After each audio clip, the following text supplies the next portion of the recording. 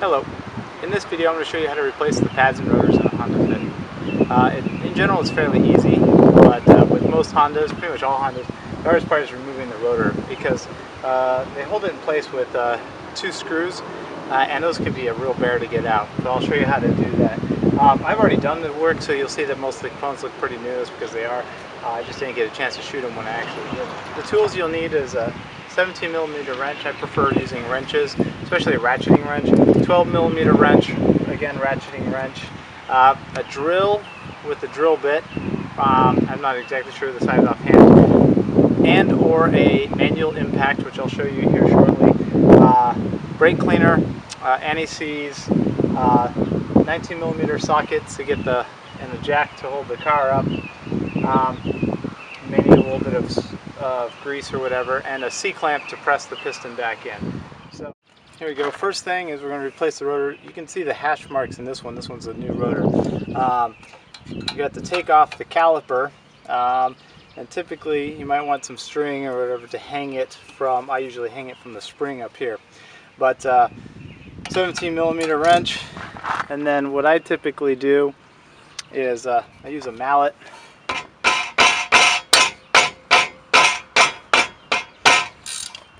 Almost like a manual impact. So you'll do, there's two bolts that hold the caliper on.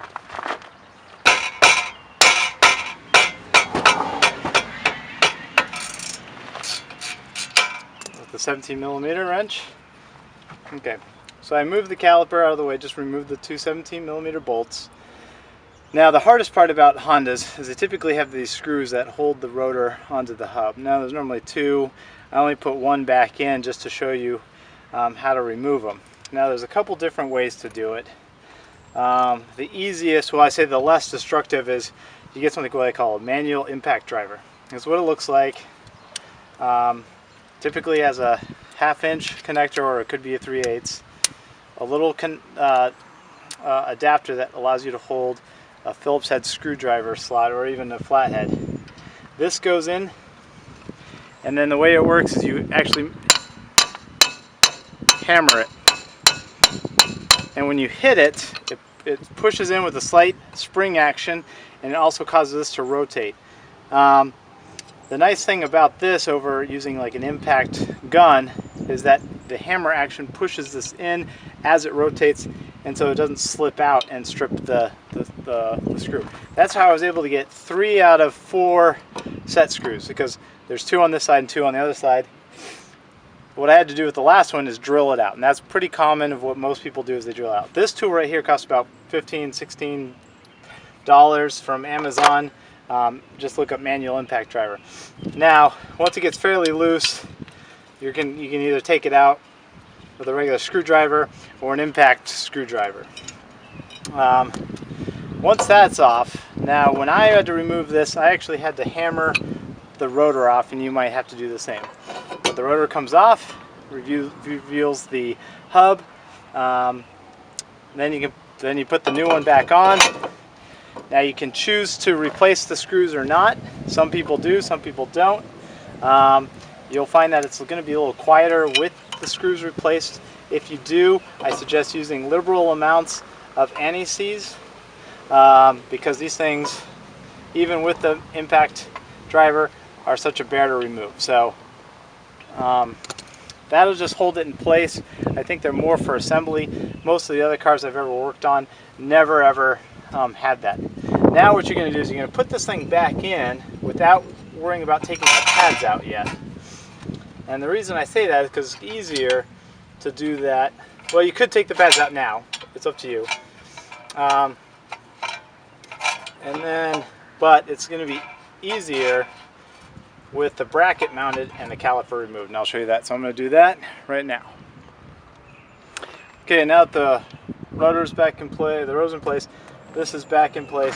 Now you're going to remove the caliper itself. So the caliper is 2 parts. There's what they call the bracket, which is this section here. This is the caliper right here. This is using a 12mm ratcheting wrench. I'm going to remove the caliper, which is the 2 bolts right on the back here. There's one.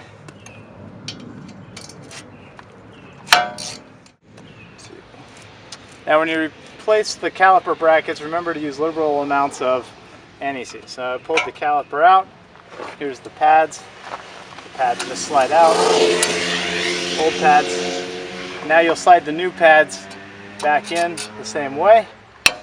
If you like, you can go in and buff out these little retaining clips. The other thing that you want to do is remove these pins. So on the back of the caliper right here, this is the guide pins. You pull this off. You can pull this rubber boot back, and you're going to grease it with some axle grease, or they have some special brake grease specifically for high temperature applications like this, because this is going to get really hot in the brake while braking, and you don't need and you don't want to use just regular grease. You want to use something that's specifically high temperature. So now so it's easy. This pulls off this little rib here, grease it up, wipe off the old grease, put the new grease on, slide it back in, do the same thing with the bottom pin, and then you're going to need a C-clamp to press the piston back in. Now the piston's already pressed in because, like I said, I've already done this, but you take a C-clamp, and I'll show you that right now. Okay, so the C-clamp, just fit it in here, find a good spot, tighten it down, and it'll press this piston back into the caliper. And then because I don't have a lot of play, mine I've already pushed it in most of the way, you won't see it move back much.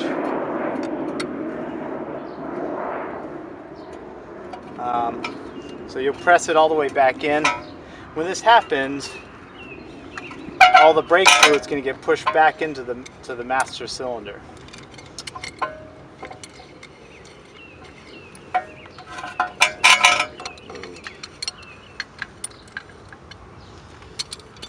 Now that that's done, replace the brake caliper. Goes back in like this. You just have to push the pins in a little bit in order for it to slide onto place. Use liberal amounts of anti-seize. Get these back in. So that's pretty much it. So that'd be new rotor, new pads.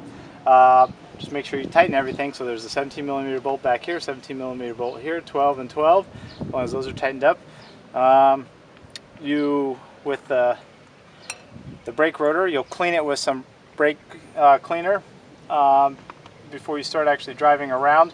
The reason is it'll have a little bit of oil preservative on it to keep it from rusting, while it's sitting on the shelf. And then before you drive the car, make sure you pump the brake pedal a few times. Because you press that piston back, it's going to need to travel up again and get some of the pressure back onto the pads. Otherwise, you will have a little heart-stopping moment. So just press the pads a few times. Take the car for a test drive, just to make sure that everything's working properly. And especially if it's a spouse or significant others,